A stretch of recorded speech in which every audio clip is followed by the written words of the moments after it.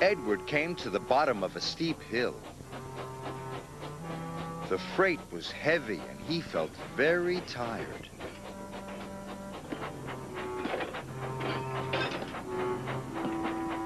He huffed and he puffed and was soon at the top.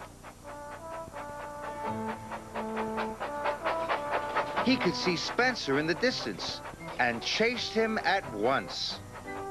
Edward raced down the hill. Spencer stopped at Wellsworth Station.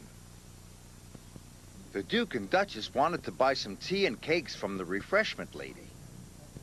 Edward teetered into view. "Hurry, old boy," laughed Spencer. "Can't have you finishing too far behind me." Edward wished he could.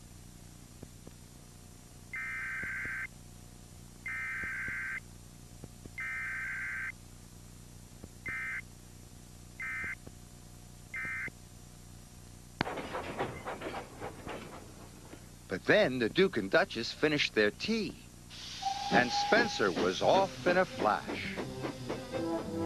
He roared past Edward. Fastest and best, he boasted.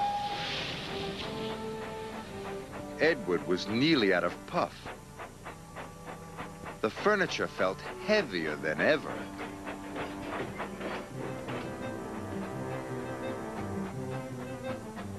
Up ahead, Spencer had to stop.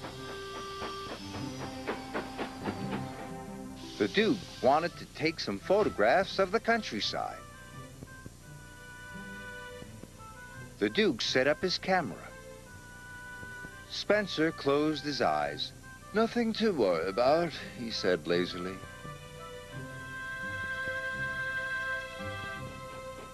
Gordon was returning to Brendam Docks.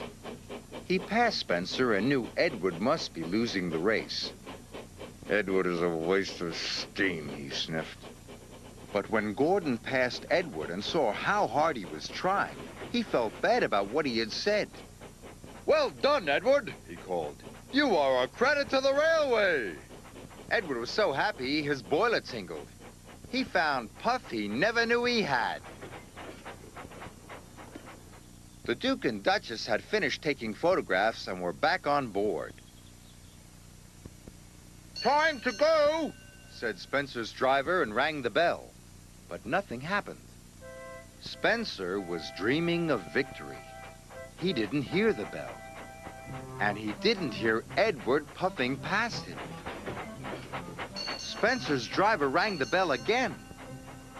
When Spencer finally opened his eyes, he could see Edward heading towards the summer house. Nearly there, he gasped. Spencer took off as fast as he could. But as he reached the siding, his driver ordered him to slow down. "These are old tracks and you are a very heavy engine," he said. "You must go slowly." Spencer had no choice. He had to slow down. And he trundled slowly down the siding. With every click and every clack, he knew he had lost the race. Edward puffed toward the summer house. "I've won," he gasped. "I did it!" Edward felt like a really useful engine. "Hooray! I've won!" he cheered loudly. Edward felt like the pride of the Sodor Railway, and he was right.